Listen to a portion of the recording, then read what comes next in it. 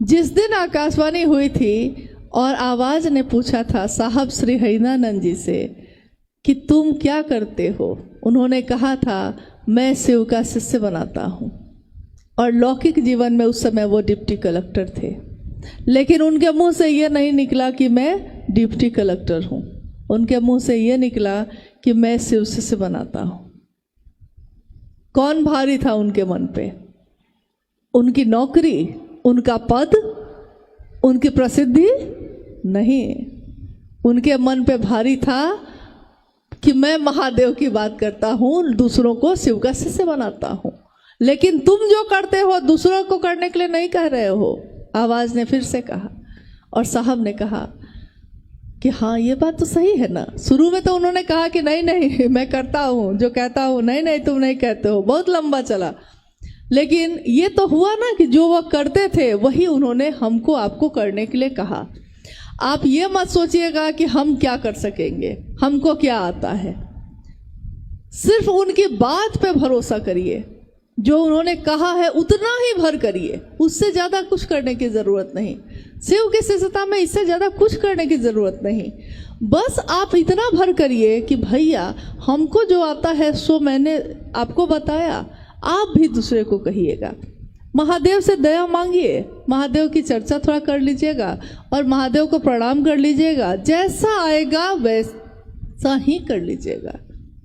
ये मत सोचिएगा कि हमको संस्कृत नहीं आती है, हमको मंत्र जप करने नहीं आता, हमको पूजा करने की विधि नहीं आती, तो हम कैसे करेंगे। आप सोचिएगा कि जैसा आता है, जो आता है। आप ये बताइए, हमारे घर में मेरे पिता भी, आपके पिता भी होंगे, आपके भाई बहन भी होंगे, मेरे भाई बहन भी हैं। जिसके घर में जिसको जैसा खाना बनाने आता है वैसा ही ना बनाते हैं आप रोज पड़ोसी को बुला के लाते हैं उसके लिए कि मेरे घर के लोगों के लिए तुम खाना बना दो। ऐसा करते हैं हम लोग? नहीं करते हैं। बहुत लोग घर की सफाई बहुत अच्छे से करते हैं और बहुत लोग खराब से करते हैं, लेकिन जैसा आता है खुद करते हैं। वो दूसरे को बुला के नहीं लाते रोज कि मेरा घर जरा साफ कर दो। मेरा मेरा मेरा, सुबह से चर्चा में बार बार यही शब्द प्रयोग किया गया है। मेरे गुरु शिव, जैसा हमको आता है हम वैसा ही करेंगे, खुद करेंगे। चर्चा करने नहीं आती है तो तीनों सूत्र बोल के उतर जाएंगे। एक दिन तो आएगा, कुछ तो आएगा, जो मेरे मन में आएगा महादेव के लिए हम वही बात बोलेंगे। जो हृदय में है वही बोलिए, अपने मन को खोलिए और हृदय में जो महादेव की दया बरसती है उसी को लोगों को बोलिए, उसी का प्रभाव हो जाएगा। आप ये कभी मत सोचिए कि बहुत सुंदर शिव चर्चा करने वाले कोई भैया दीदी हैं तो वो आएंगे तब होगा। ऐसा कभी नहीं होता। कोई सुंदर बोल सकता है। इसी पे साहब ने एक घटना बताई थी। उन्होंने कहा था कि एक मास्टर जो पढ़ा रहा था क्लास में, इंजीनियरिंग का कॉलेज था और वो क्लास कर रहा था। साहब ने कहा कि मैंने बाहर से देखा उसको बोर्ड पे पढ़ाते हुए कि गाड़ी जो है चलती कैसे है, गाड़ी कैसे चलती है, इसको वो पढ़ा रहा है। लेकिन जब वो बाहर आया तो साहब ने कहा कि आप तो गाड़ी कब से चला रहे हैं? तो उसने कहा कि मैं गाड़ी तो कभी मैंने चलाया नहीं। तो साहब ने कहा कि आपने इतना सुंदर बताया है, एक एक चीज के लिए बताया है कि गाड़ी कैसे चलती है, इंजन कैसे काम करता है, पैडल कैसे मारते हैं, ब्रेक कैसे मारते हैं, आपने सब बताया। तब आप कैसे ये कह रहे हैं कि आपको गाड़ी चलाने नहीं आती? उन्होंने कहा मैं पढ़ाता हूँ लेकिन चलाता नहीं हूँ।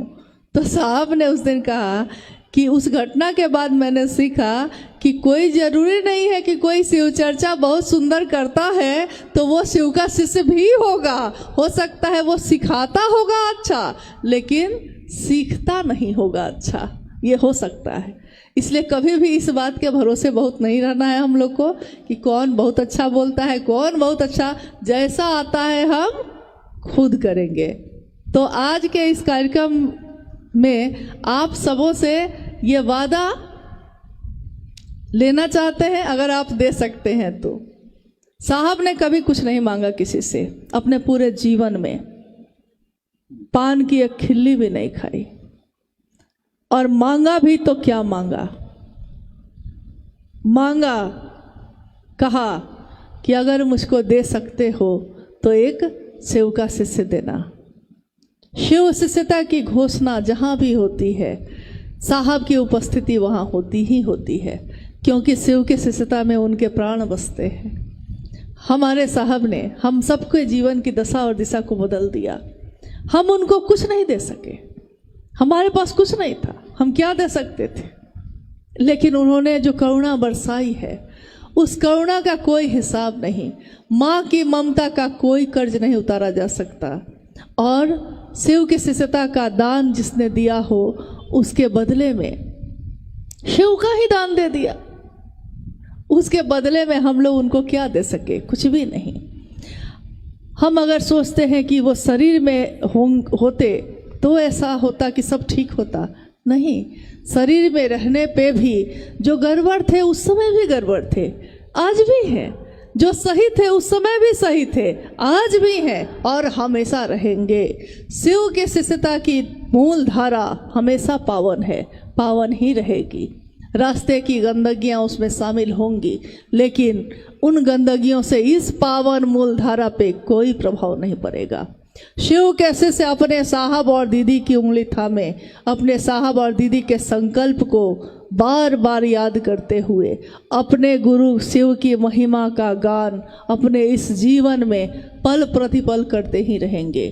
चाहे वो किसी भी स्थिति में होंगे, मजदूरी करते हुए, रिक्शा चलाते हुए, या बहुत बड़ी कंपनी के मालिक बन के भी, किसी भी स्थिति में जो शिव का शिष्य होगा वो अपने शिव के शिष्यता का प्रसार करता ही रहेगा।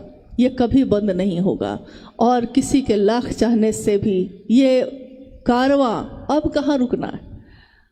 अकेले चले थे साहब, एक दिन लोग मिलते गए, कारवां बनता गया, और आज ये कारवां इतना बड़ा है कि जिसकी गिनती आप नहीं कर सकते। लेकिन काम बहुत बाकी है, काम बहुत बाकी है। हम लोग सिर्फ इस बात के लिए खुश नहीं हो सकते कि जब एक कार्यक्रम हो तब तो हम लोग इकट्ठे हो जाते हैं, लेकिन जब आप थोड़ा सा निकलिए बाहर और आप देखिए कि कितने लोग ऐसे खड़े हैं जो इंतज़ार में हैं, प्रतीक्षा में हैं, आप कब आइएगा उनके पास, आप कब बोलिएगा। हम अपने अपने चर्चा स्थलों पे, साप्ताहिक चर्चा स्थलों पे हर सप्ताह जाते हैं, 10 के 10 आदमी ही फिर से जाते हैं, उतनी ही बात करते हैं, लौट आते हैं। साप्ताहिक चर्चा स्थल साहब ने शुरू किया था जब, उनकी मंशा ये थी कि साप्ताहिक चर्चा स्थल पे सप्ताह में बाकी 6 दिन हम लोग जो नए लोगों को जोड़ेंगे, उन लोगों को आने के लिए उसमें प्रेरित करेंगे ताकि वो आए, और ये संख्या बढ़ती चली जाएगी। 50 होंगे, 100 होंगे, 100 होंगे तो 2 जगह करिए, मतलब ये सिलसिला चले, इसके लिए उन्होंने शुरू की थी। 1 दिवसीय कार्यक्रम शुरू हुए, बहुत सारे हुए। जब 100-200 आदमी की घोषणा हो जाती तो साहब स्वयं जाते उस जगह पे। आज तो फिर भी हजारों में है, लेकिन आप ये सोचिए कि संख्या बढ़े, मतलब संख्या मतलब ये नहीं भीड़ बढ़े, संख्या बढ़े मतलब शिव शिष्यता बढ़े। भीड़ कभी भी व्याकरण नहीं होती किसी भी चीज़ का। शिव की शिष्यता उतरे लोगों में, इसके लिए झुकना है तो झुकिएगा। हम लोगों से भी कोई बात का दुख अगर आपको हुआ हो तो क्षमा करिएगा, अपना गुरु भाई, अपनी गुरु बहन समझकर। लेकिन एक वादा है कि अपने गुरु के काम में हम लोग मिलते ही रहेंगे, हमेशा अपने साहब दीदी की बातों को दोहराते ही रहेंगे और महादेव के तरफ चलते ही रहेंगे।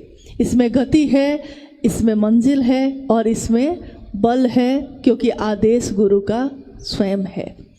तो आज के इस कार्यक्रम से अब हम लोग भी विदा ले रहे हैं, और अभी के लिए विदा मतलब अलविदा नहीं कह रहे हैं, विदा कह रहे हैं। अभी के लिए फिर मिलना होगा, नहीं जानते कि कब होगा, लेकिन अगर नहीं भी हुआ तो एक स्मृति, एक क्षण जो हमने आपने आज इस समय में गुजारे हैं, ये हृदय में सुरक्षित रहे, मेरे महादेव के बात के लिए रहे, इतना काफ़ी है। हम लोग अपने गुरु के राह में बढ़ते रहें, साहब दीदी के संकल्प को पूरा करते रहें, दुनिया शिवमय हो, हर जगह पे जगह जगह महादेव कोई बोल रहा हो और शिव का शिष्य बन रहा हो, यह दृश्य हमारी आंखों के सामने घटता रहे। हम भी उसके भागीदार बने रहे और साहब और दीदी उसके साक्षी बने रहे, शिव के गुरु स्वरूप की उपस्थिति उसमें मौजूद रहे। इतना इस जीवन के लिए क्या, कितने जीवन के लिए काफ़ी हैं। चलिए अपने गुरु शिव के चरणों में नमन करते हुए आज की इस जो शिव चर्चा आपने बहुत मेहनत से रखी है, क्योंकि एक कार्यक्रम एक दिन के लिए कुछ घंटों के लिए होता है, लोग उस क्षण को सिर्फ देखते हैं, इसके पीछे किसने कितनी मेहनत की है, कितने सालों की मेहनत रही होगी, कोई नहीं जानता। कौन यहाँ आया होगा, किसने ये बात बढ़ाई होगी, किसने ये किया होगा, ये भी कोई नहीं जानता। लेकिन साहब ने सबको ये अधिकार दिया कि हर व्यक्ति, चाहे वो किसी भी जाति धर्म का हो, किसी भी वर्ण संप्रदाय का हो, किसी भी प्रदेश का हो, शिव का शिष्य हो सकता है, परमात्मा पथ का पथिक हो सकता है। ये अधिकार आज तक हर व्यक्ति को संसार ने नहीं दिया था, ये हम सबको मिला, ये हमारा सौभाग्य है। आप में से, हम में से कितने लोगों ने शिव के शिष्य साहब हरिनानंद जी को इन आँखों से देखा है, सुना है। तो जो सुना है उनसे, जो देखा है उनमें, वो लोगों में बांटिए, ताकि शिव शिष्यता और बढ़े, शिव के गुरु स्वरूप की व्याप्ति जन जन में हो। इसी कामना के साथ कि ये कार्यक्रम जो आयोजित हुआ है, उसका जो मकसद है, जो उद्देश्य है, वो पूरा हो। अपने गुरु शिव के चरणों में प्रणाम करती हूँ और आप सभी के चरणों में भी मेरा नमन है।